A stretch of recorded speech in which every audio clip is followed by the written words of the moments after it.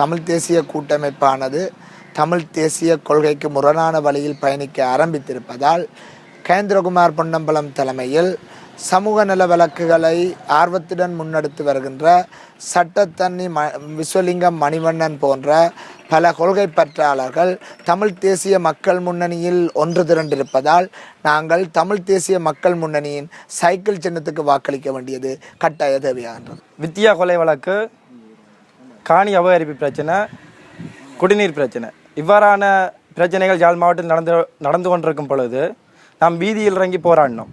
எமது போராட்டத்திற்கு உயிர் கொடுக்கும் முகமாக எமது இளம் சட்டத்தரணி வி மணிவண்ணன் அவர்கள் நடக்கவிருக்கும் பாராளுமன்ற தேர்தலில் கேந்திரகுமார் பொன்னம்பலம் அவர்களின் கட்சியான சைக்கிள் சின்னத்தில் வேட்பாளராக நிற்கின்றார். அவரை நாம் ஆதரித்து